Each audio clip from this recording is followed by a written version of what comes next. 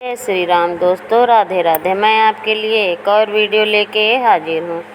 पंचमी, नाग पंचमी कब है दोस्तों? सावन मास के शुक्ल पक्ष की पंचमी तिथि नाग पंचमी के नाम से जानी जाती है। शास्त्रों के अनुसार इस दिन अगर नागों की उपासना की जाती है, सर्पों की पूजा की जाती है तो काल सर्पदोष जैसे महादोष से मुक्ति मिल जाती है। साथ ही सर्पदंश का भय भी नहीं रहता।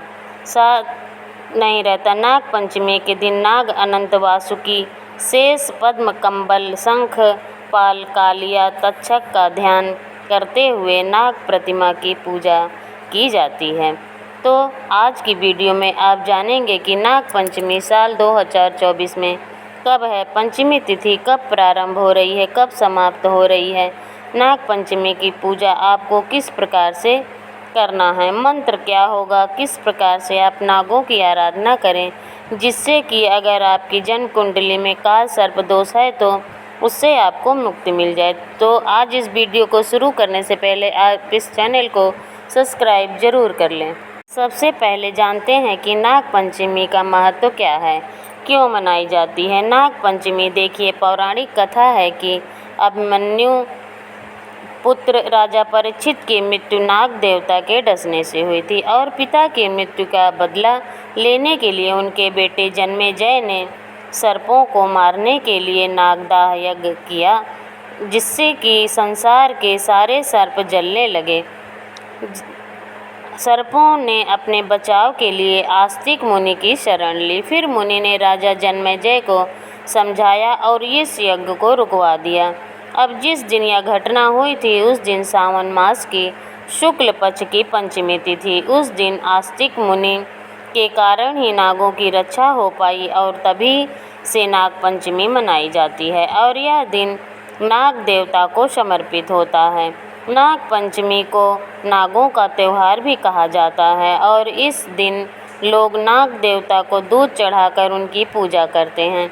तो अब जानते हैं कि नाग पंचमी कब है। देखिए, हिंदू पंचांग के अनुसार सावन मास के शुक्ल पक्ष की पंचमी तिथि 9 अगस्त को रात्रि में 12:36 पे प्रारंभ हो रही है और समाप्त होगी 10 अगस्त को रात्रि 3:14 पे। ऐसे में सूर्योदय कालीन तिथि के अनुसार 9 अगस्त को यानी कि शुक्रवार के दिन नाग पंचमी मनाई जाएगी।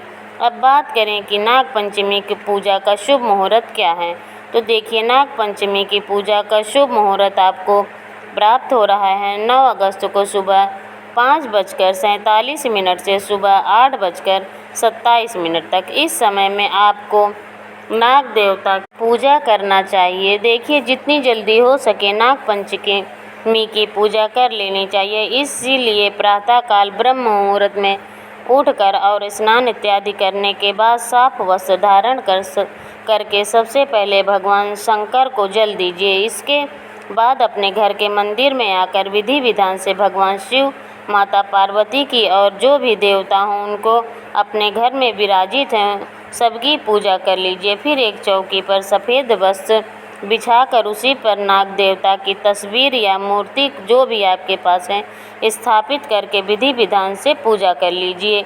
अब एक और चीज़ आपको ध्यान रखना है कि आपके पास नाग देवता की तस्वीर नहीं हो सकती, तो ऐसे में आप क्या करेंगे, भगवान शिव की अगर फ़ोटो है तो शिवलिंग को उनके ऊपर नाग देवता रहते हैं, आप उनकी पूजा कर लीजिए तो नाग देवता की पूजा उनके साथ ही हो जाएगी। इसलिए भगवान शिव की आराधना आज करनी चाहिए, क्योंकि भगवान शंकर के मस्तक पर नाग देवता विराजित होते हैं।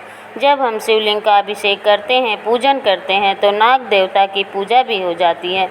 घर के आसपास शिवालय है तो वहां जाकर भी पूजा कर सकते हैं, नहीं तो अपने घर में भी कर सकते हैं। वैसे नाग पंचमी की पूजा की बहुत सारी अलग अलग विधियाँ होती हैं। क्षेत्रों के अनुसार, अपने घर के अनुसार, परिवार के अनुसार जो भी परंपरा आपके यहाँ उसके अनुसार आप पूजा कर सकते हैं। कई स्थानों पर गोबर के नाग देवता अपने घर में बनाए जाते हैं, घर के मुख्य द्वार पर बनाए जाते हैं, घर के दीवारों पर भी बनाए जाते हैं और फिर उनकी पूजा की जाती है। नाग देवता को दूध चढ़ाया जाता है और उनके साथ ही जो खील दिवाली वाली होती है चावल वाली खील होती है वही चढ़ाकर नाग देवता की पूजा की जाती है। तो अलग अलग स्थानों पर अलग अलग रीति रिवाज से नाग देवता की पूजा की जाती है। लेकिन सावन मास की शुक्ल पक्ष की पंचमी तिथि पर नाग पंचमी हर जगह मनाई जाती है और नाग पंचमी पर नागों की पूजा लगभग